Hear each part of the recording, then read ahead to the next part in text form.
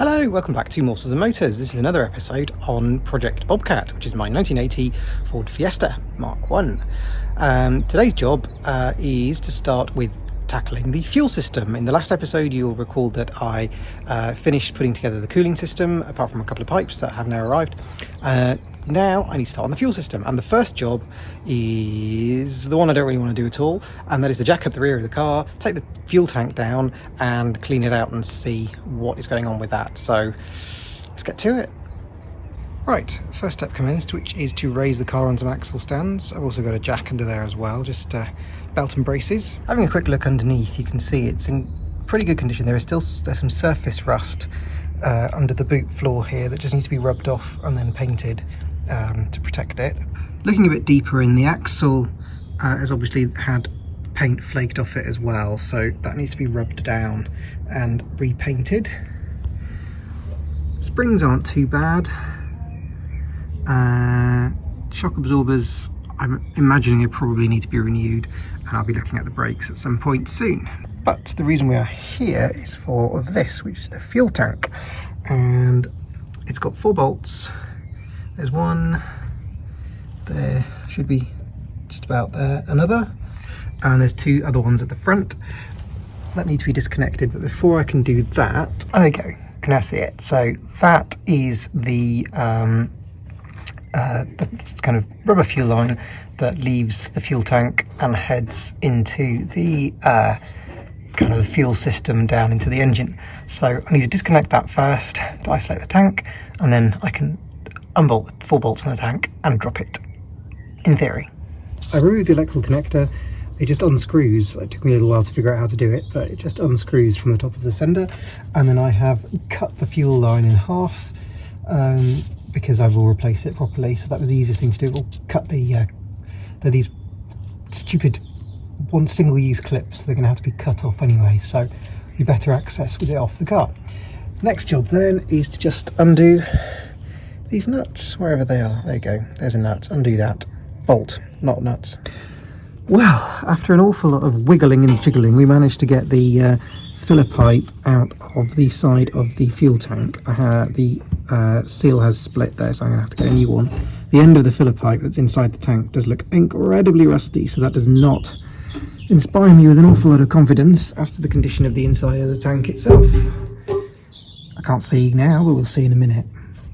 Well now, I don't know whether you can see inside there. There's some nice fuel there, and you can just about see a sender. However, that's not the interesting bit. The interesting bit is up there. The roof of this fuel tank is completely and utterly shagged with rust. And if I put my hand in there and give it a little feel around, oh my god, it's crispy and crunchy and absolutely disgusting. And therefore I think I might need a new fuel tank, because the car will never run if it's got a fuel tank that's got basically little bits of rust constantly dropping into the fuel and clogging up all the fuel lines, carburetor, etc.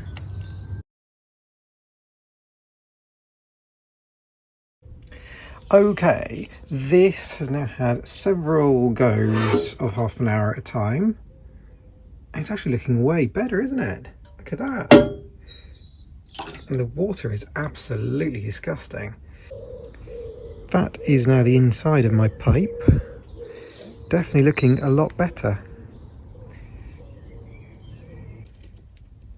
Yeah, look at the skankiness at the bottom of my ultrasonic cleaner. Go. That is rust coloured petrol. It's disgusting.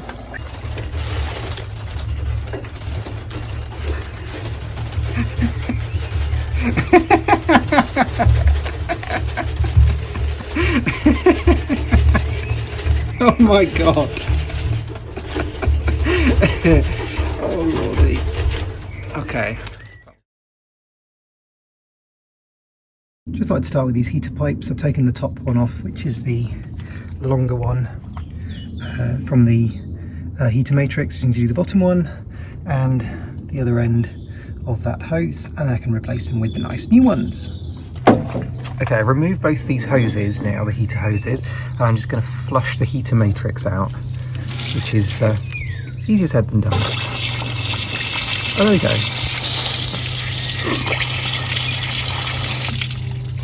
That is working. Looks quite clean, so that's good. Right, let's get the bottom one on.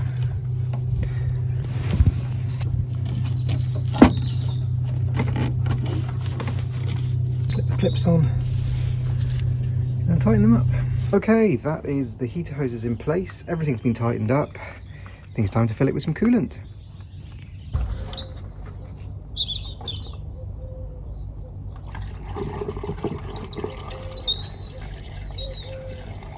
Hooray, there we go, there's now coolant in the car. Happy days. Okay, let's see whether the new relay I've got for the flashers actually now work. I couldn't find a genuine Ford one, I'm afraid. They were incredibly expensive and I think they came from abroad, all of them, so I had to go for aftermarket. Alright, let's plug it in.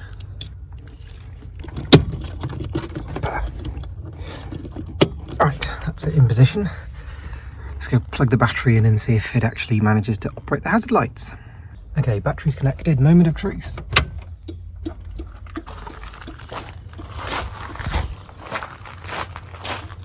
No! Oh, bloomin' heck. Not the problem then. Well, that's deeply annoying. Indicators work on both sides. Why do the hazards only work on one? Ah! Well, the next culprit is probably the switch then, isn't it? So, reaching behind the dash, see if I can push this out. Come on. Come on, Mr. Switch, you know you want to.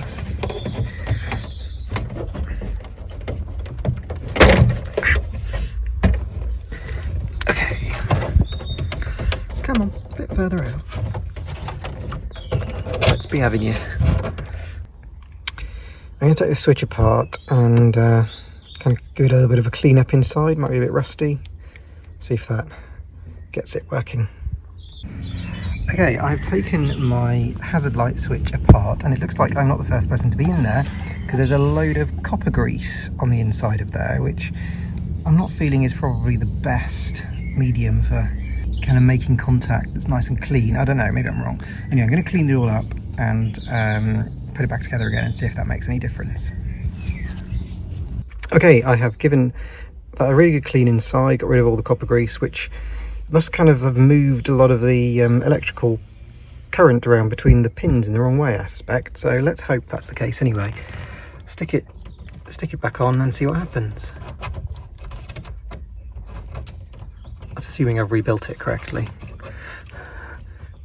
Okay, let's have a go.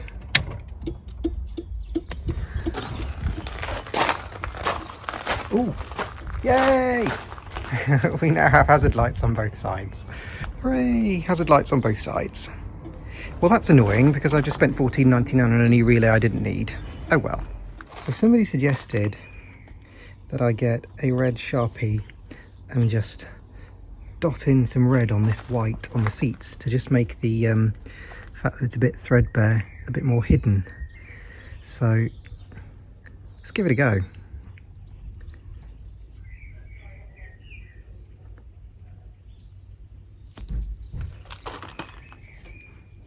I'll do the rest of it off camera, but it's definitely better than it was. Well, I mean, it kind of works. It's looking a little bit less obvious from a distance, that there isn't like white bits on it.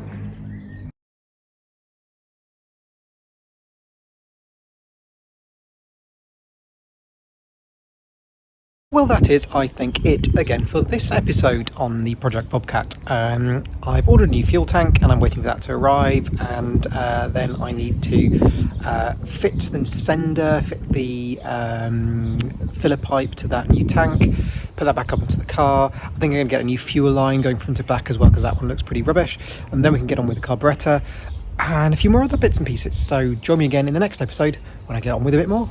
Thank you for watching. See you later. Bye.